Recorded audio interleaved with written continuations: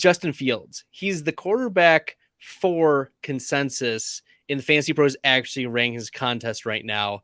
But I've moved him to quarterback 3. He was quarterback 1 last week, set the quarterback record for rushing yards last week. What are we going to do with Justin Fields the rest of the season? Is he like not just a quarterback 1, but a top 4 option moving forward? Well, this week specifically against Detroit, you can definitely make the case that he should be in the top 4. And, this is really something that we all should have seen coming. Justin Fields was the guy that I highlighted in my DFS article last week, too, because the thing with these quarterbacks is you could sort of see the progression sort of coming together. I mean, people were dropping this guy in the first 5 weeks of the season. And, you can't really blame them because he wasn't really showing anything for you to get optimistic about.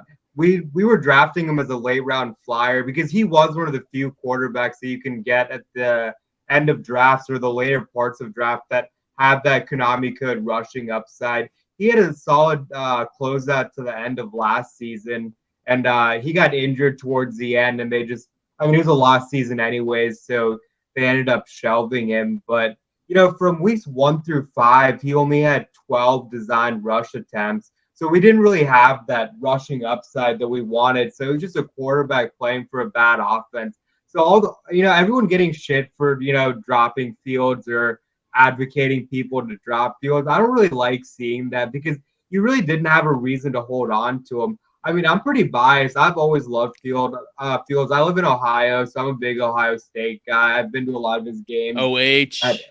IO. So I've just been to a lot of his games, and I've just been a fan. But we've really seen him turn the corner the last couple weeks. He's a QB1 overall since week 5. Obviously he hasn't had his bye, but just from where he started to be the QB1 overall in the last 4 weeks. And like I said, we're really seeing that rushing upside from, like I said, so from weeks 1 through 6, he had 12 total design rush attempts. He never had more than 11 carries in a game. He was averaging about 8.2 rush attempts and 38.8 rushing yards. So, he's not a statue, but he wasn't scoring touchdowns, and it wasn't enough for you to really justify putting him into your starting lineup, let alone rostering him in one quarterback formats. But then from weeks 7 through 9, he's at 29 design rush attempts, 133 rush yards on just the design rush attempts alone, which is insane to think about. And like I said, he never had more than 11 carries. Well, in 3 of the past 4 games, he's had over 12 carries. He's averaging 12.25 rush attempts per game, 102 rushing yards per game. I mean, this is just no passing whatsoever. So, yeah, I mean, we've known for a long time rushing is just a cheat code for quarterbacks, and we're seeing it on full display. I'm not expecting him to have another record-breaking performance, 178 rushing yards, but if he stays more than 50 plus, like we've seen with Jalen Hurts all season, yeah, I mean, you can justify ranking him top 5 any given week. And on the season right now, he's quarterback 8 in fantasy points per game. He's quarterback 7 in total fantasy points. Like, this was a former first round pick that the Bears invested pretty heavily in. There was a chatter this past offseason. If Justin Fields doesn't pan out, are the Bears going to get rid of him? Are they going to replace him in the next draft? No, he's the future. They got a new coach, right? They're not going to get rid of a first round rookie quarterback on a really nice contract if he's performing even okay, at a moderate level. And as you mentioned, the rush attempts have increased. But one of the things that I want to point out is not just that the rushing has gone his way, but also that the air yards per attempt, he's willing to toss the ball down the field, even if he's not connecting with some of his wide receivers. And I think the addition of Chase Claypool is going to be massive for that passing efficiency.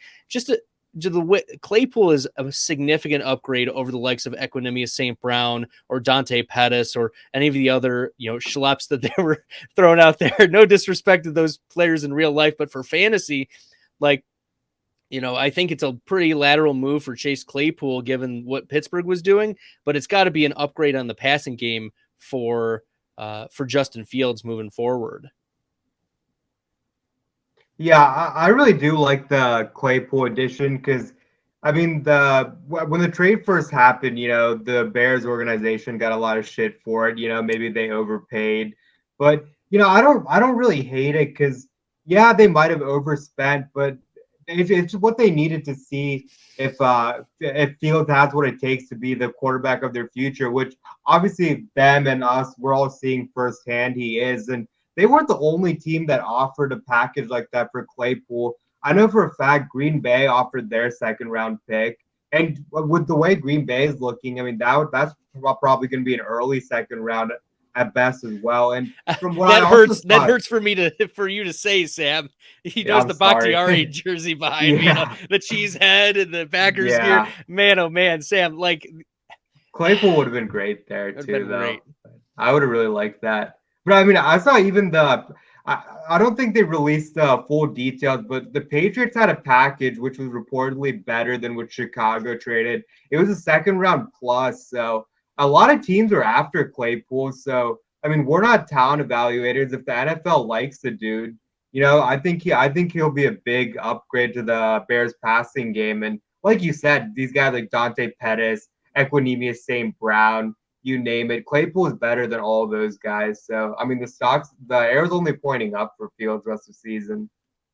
And the role of Darnell Mooney, I think, is going to be pretty safe as well. In this first game, Chase Claypool played 90% of his snaps out wide, and Darnell Mooney kept staying in the slot. Before the trade, Mooney was the leading slot route runner for the Bears.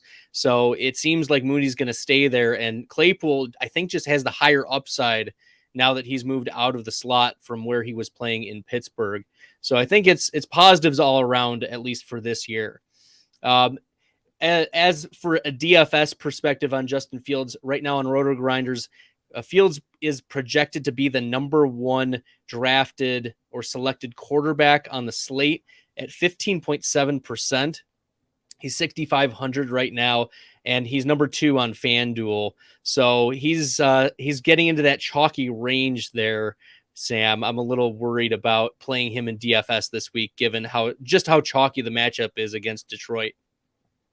Yeah, you said it. 15% normally you might not think is a lot, but for a quarterback, that's pretty crazy. Our projections have him closer to 20%, which is even crazier. But I mean, I can't really make a good argument about why he's not a smash play, but it's just more of a tournament theory where there's a lot of pivots that you can make. I mean, I still prefer Mahomes to Fields. The only reason Fields is getting more ownership is because he's a pretty decent discount. But a guy that I just wrote up a couple hours ago, actually, for the pivot off Fields is Tua, who's 200 more than Fields. So it's not hard to pivot from Fields to Tua. And, the way I make my lineups is my pass catchers normally drive up my quarterback. Last week was pretty different because you're seeing Fields at 6,500 this week on DraftKings specifically, and he's tied with Mahomes on FanDuel, which is, I mean, that's crazy to me as well. But you were okay playing Fields naked at a cheaper 5,200 price tag. But as the price goes up for these players at 6,500, you really need to hit the 1% outcome. And I think you do have to sort of find a stack. The Millie Maker actually ended up being having Cole Kmet in the stack, who caught 2 touchdowns, which is crazy. But, stuff like that, you just got to have maximum correlation the more the price goes up. And the thing with Tua is he's 200 more, and most industry projections have him a little bit lower than Fields. So most people are thinking, why would you spend the 200 more for Tua? But it's really, who you're playing him with. It's Waddle, Tyreek, and that's it. So the football is a range of outcomes. So even if he doesn't project as well as Fields, it's a coin flip who's going to be better. And with Tua, you know exactly where the points are going. So I'll have Fields. I'll fade Fields. I'm okay with either.